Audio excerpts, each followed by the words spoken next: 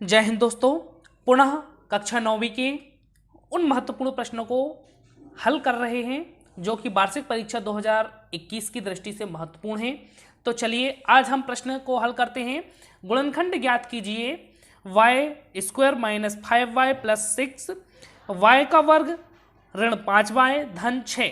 तो हमें इसके क्या करना है, गुणनखंड ज्ञात करना है। तो हम सबसे पहले जो दिए गए बहुपद हैं, इस दिए गए बहुपद के मध्य पद को हम देखते हैं। यहाँ हम देखते हैं कि जो दिया गया बहुपद है इसका मध्य पद जो है -5y है। यहाँ पर ये मध्य पद क्या है, हमें दिख रहा है -5y। अब इस मध्य पद को हम ऐसे दो भागों में तोड़ेंगे कि इनका प्लस या माइनस करने पर तो हमें ऋण 5y ही प्राप्त हो, लेकिन उन दोनों पदों को जो गुणा करने पर हमें क्या प्राप्त होना चाहिए, यह +6 प्राप्त होना चाहिए। अर्थात हम कह सकते हैं कि ये जो मध्य पद 5y है, ऋण 5y है, इसको हमें ऐसा तोड़ना है कि इसका हम जोड़ें या घटाएं तो हमें वही प्राप्त हो, लेकिन उन दोनों भागों का आपस में गुणा करने पर हमें धन 6 प्राप्त हो। तो चलिए हम इस प्रश्न को हल करते हैं। दिया है y² - 5y + 6। तो हम यहां पर सबसे पहले लिखते हैं कि यहां जो है मध्य पद क्या है, तो हम यहां लिखते हैं, यहां मध्य पद -5y ऋण 5y है। इसे हम कैसे तोड़ें, इस मध्य पद को हमें दो भागों में तोड़ना है कि इनका प्लस या माइनस जोड़ें या घटाएं तो ऋण 5y मिले और धन 6 हमें क्या मिलना चाहिए, उसका गुणनफल। तो हम देखते हैं कि यदि हम इसको ऋण 3y ऋण 2y लिख दें तो हम देखते हैं कि तीनों दो ऋण ऋण के जुड़ जाएंगे, तीनों दो 5 ऋण 5y, और इनका आपस में गुणा करेंगे तो ऋण ऋण धन हो जाएगा, 3 दूनी 6 हो जाएगा। तो हम इसको ऋण 3y ऋण 2y लिख सकते हैं। तो लिख सकते हैं इसे में विभक्त करने पर तो यहां हम इस तरीके से मध्य पद को दो भागों में ब्रेक कर सकते हैं, तोड़ सकते हैं। तो हम यहां पर लिखते हैं y² ऋण 5y के स्थान पे क्या लिखते हैं हम, ऋण 3y ऋण 2y, ऋण 3y ऋण 2y धन 6। तो हम क्या कह सकते हैं, यहां पर y² ऋण 3y ऋण 2y धन 6 हो गया। हम क्या करते हैं, यहां पर दो दो के जोड़ा बना लेते हैं इस तरीके से।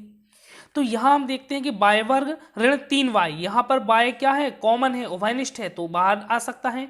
तो यहां से हम क्या कर सकते हैं, y को बाहर निकाल सकते हैं। तो यहां से हम y को बाहर निकालें तो क्या हो जाएगा, y तो y बचा, y वर्ग हो जाएगा, ऋण का चिन्ह है, यहां से y निकल जाएगा तो क्या बचेगा, 3 बचेगा। यहां हम देखते हैं कि यहां पर क्या है, यहां पे 2 है, यहां पे 6 है, तो 6 में भी 2 शामिल होगा। तो यहां से हम क्या कर सकते हैं, 2 को बाहर निकाल सकते हैं। और साथ ही हम यहां देखें, यदि हम इस ऋण को भी बाहर निकाल दें तो ऋण को बाहर निकालने से देखते हैं हम क्या होता है। तो ऋण 2 को यदि हम बाहर निकाल दें तो क्या होगा, यहां से y बचेगा, तो यहां पे भी y बचा, यहां पे भी y बचा। अब यहाँ पे हमने ऋण 2 निकाला था तो बीच में क्या है, धन है, तो इसको हमने बाहर निकाला है, इसलिए ये क्या हो जाएगा, धन ऋण ऋण हो जाएगा यहाँ पर। तो ऋण ऋण धन हो जाएगा, क्योंकि यहाँ से 2 बाहर निकाला है तो 6 में भाग देंगे तो 2 तिया 6, तो यहाँ पे 3 बचा। तो हमने यहाँ देखा कि यहाँ पे y ऋण 3 है, यहाँ पे भी y ऋण 3 है, तो यहाँ से y ऋण 3, यहाँ से y ऋण 3 भी कॉमन निकल आएगा। तो y ऋण 3 को यदि हम कॉमन निकाल लें तो यहाँ पे क्या बचा, y बचा, और यहाँ पे क्या बचा, ऋण 2 बचा। तो इस तरीके से हमें y ऋण 3 और y ऋण 2 प्राप्त हो गया। तो हम कह सकते हैं, हमें क्या करना था, इसके गुणनखंड ज्ञात करने थे। तो हम कह सकते हैं कि जो हमारा समीकरण था y² ऋण 5y धन 6 के गुणनखंड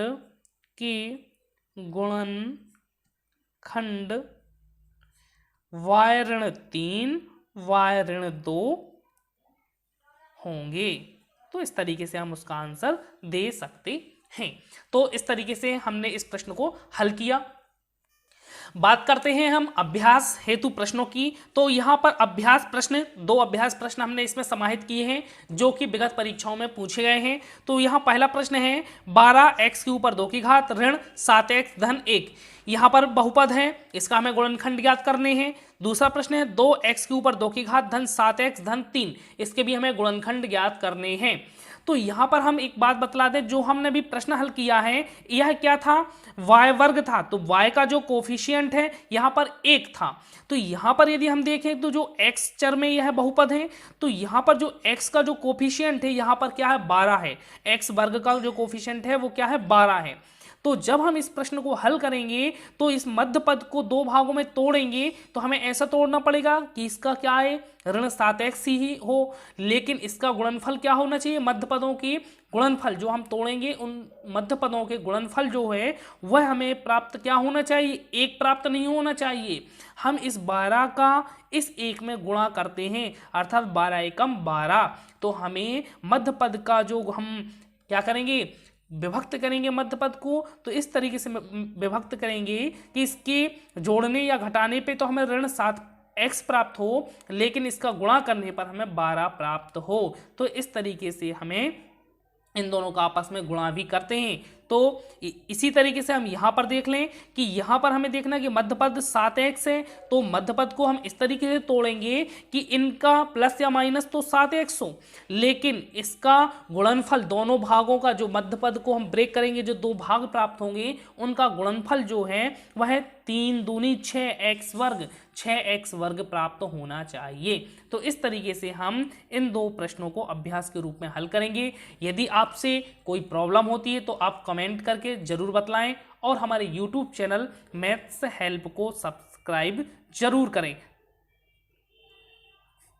और इससे रिलेटेड जो भी PDF हैं वो आपको डिस्क्रिप्शन बॉक्स में मिलेंगी। धन्यवाद।